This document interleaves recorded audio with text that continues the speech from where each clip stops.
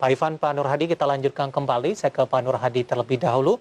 Di tengah pandemi COVID-19, emiten-emiten atau perusahaan yang sudah tercatat di Bursa Efek Indonesia yang bergerak di sektor kesehatan rumah sakit, ini dinilai cukup diuntungkan, Pak Nur Hadi.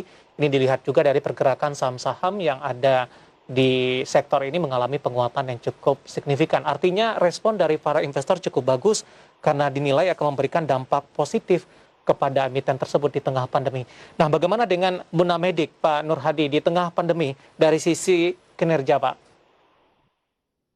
Ya, terima kasih. Jadi dari sisi kinerja, dimulai dari pandemi di tahun 2020 sendiri, kita bisa untuk melakukan peningkatan untuk pelayanan khususnya mengenai pasien pandemi itu sendiri.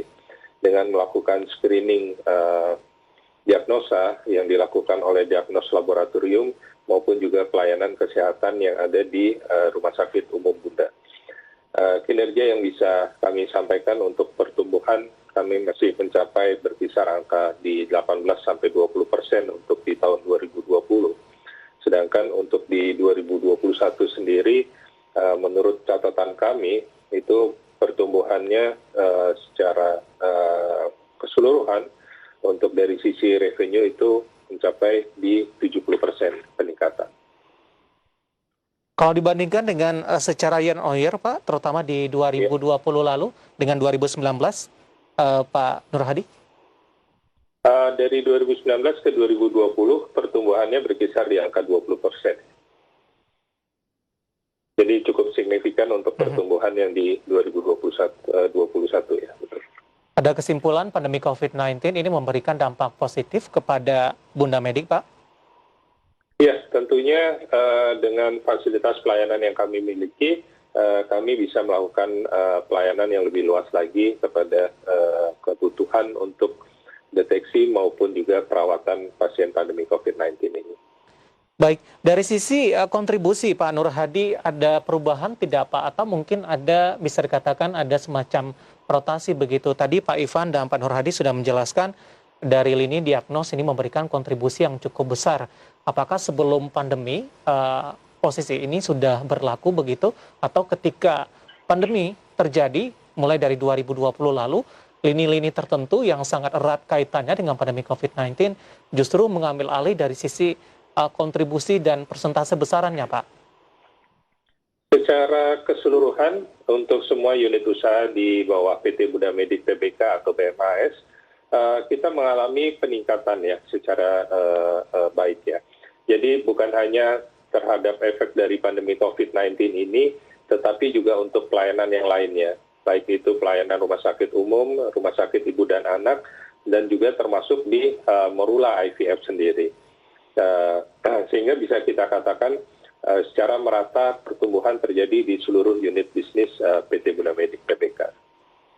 Baik, ketika pandemi COVID-19, beberapa sektor tertentu mengalami tekanan yang cukup dalam.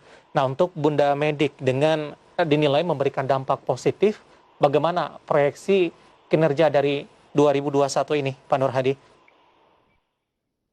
Iya, tentunya untuk bisa menyelesaikan di 2021 ini, kami masih melihat bahwa pengaruh dari COVID-19 ini masih terjadi ya sampai dengan hari ini. Tetapi di luar dari itu kami juga tetap memperkuat fundamental pelayanan di luar pelayanan pasien COVID-19 ini. Untuk kinerja sendiri, kami masih mentargetkan sesuai dengan apa yang sudah kami sampaikan atau sudah kami bukukan, bahwa kita belum melakukan perubahan untuk pertumbuhan dari sisi revenue maupun EBITDA-nya sendiri.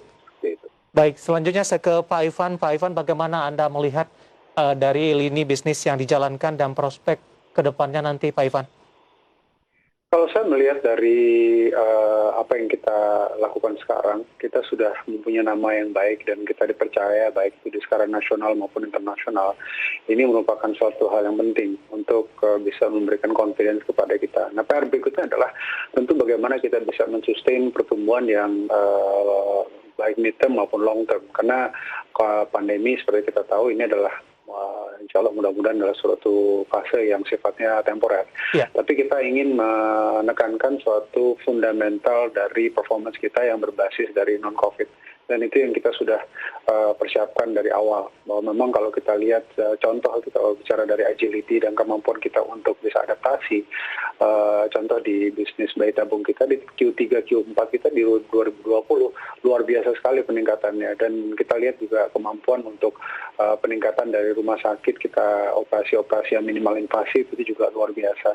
Dan ini tentu memberikan kepercayaan tersendiri kepada kami bahwa memang fundamental yang kuat lah yang akan menjaga sustainability dari perusahaan ke depannya. Jadi saya kira saya sangat confident kalau Bunda Medik dengan fundamental history, kemudian juga tim yang kita bangun dengan nama baik yang kita miliki dan juga tentu agility yang kita miliki menjadi salah satu the most innovative dan aggressive player di healthcare industry di Indonesia. Baik, terakhir Pak Ivan, setelah melakukan IPO, Bunda Medik ada rencana tidak Pak untuk melakukan kegiatan aksi korporasi lainnya begitu, atau untuk posisi saat ini hanya memaksimalkan dana dari hasil IPO saja? Ya, saya kira kita memang perlu memaksimalkan dana yang kita ada, karena biar bagaimanapun ya kita harus bisa mematangkan fundamental kita dan tentu in the same time being aggressive. Saya lihat bahwa perusahaan seperti PT Bunda Medik Tbk ini mempunyai flexibility yang luas dan tentu kita akan melihat apa yang kita bisa lakukan di 2022, 2023 tergantung dari bagaimana kita bisa memberikan deliver dari result yang tentu saya sangat highly anticipated, ini merupakan suatu growth rate yang baik. Saya kira begitu, Pak. Baik. Terkait dengan optimisme industri kesehatan, Pak Ivan, dengan perkembangan atau posisi saat ini? Ya, saya sangat optimis sekali. Pertama, dengan adanya digitalisasi dari banyak sekali proses yang ada di healthcare ini akan memberikan suatu perbaikan terhadap akses. Dan kalau kita lihat SDM kita sekarang jauh lebih baik dibandingkan 10, 20, 30 tahun yang lalu. Dan ini baik itu dari dokter, dari perawat, dari SDM lain yang memang sangat berperan penting. Dan tentu dengan adanya dinamika yang tinggi dari pelayanan kesehatan dengan bukti dari COVID ini memang menjadikan suatu statement tersendiri terhadap industri kesehatan yang sangat diperlukan, dan kita memang sangat menaruh perhatian besar sekali di masa depan dari industri kesehatan di industri secara keseluruhan dari kontribusi ekonomi di Indonesia. Baik, terakhir Pak Ivan, ketika posisi saat ini layanan digital cukup marak terjadi, terutama untuk di sektor kesehatan begitu, apakah Bunda Medik melakukan hal yang sama, Pak? Singkat saja, Pak Ivan. Ya, yang pasti pada saat ini kita harus bisa mudah beradaptasi. Ya. Dan yang kedua, kita harus bisa mempercepat untuk membantu pemerintah dalam penanganan pandemi ini. Itu penting sekali. Tapi pada saat kita sudah mempunyai stabilitas yang kuat, tentu kita harus kembali kepada mid maupun long term objektif yang kita harapkan dari industri kesehatan secara keseluruhan. Dan saya on behalf of Bunda Medik punya keyakinan besar kita akan bisa menjadi silver lining atau pemenang di sini. Baik, Pak Ivan, Pak Nur Hadi, waktu kita cukup terbatas. Terima kasih sudah bergabung bersama kami dan semoga kita bahas ini bisa menjadi referensi, Pak, terutama bagi para investor dan trader pasar modal Indonesia yang ingin masuk ke dalam saham Bunda Medik ataupun yang sudah ambil posisi untuk hold di Bunda Medik. Terima kasih Pak Ivan dan Pak Nur Hadi, sehat selalu. Terima kasih. Baik, terima kasih. Ada Dr. Ivan Rizal Sini, SPOG, yang merupakan Komisaris Utama PT Bunda Medik Tbk, dan juga ada Bapak Nur Hadi Yudianto, Managing Director PT Bunda Medik Tbk. Dan tetap di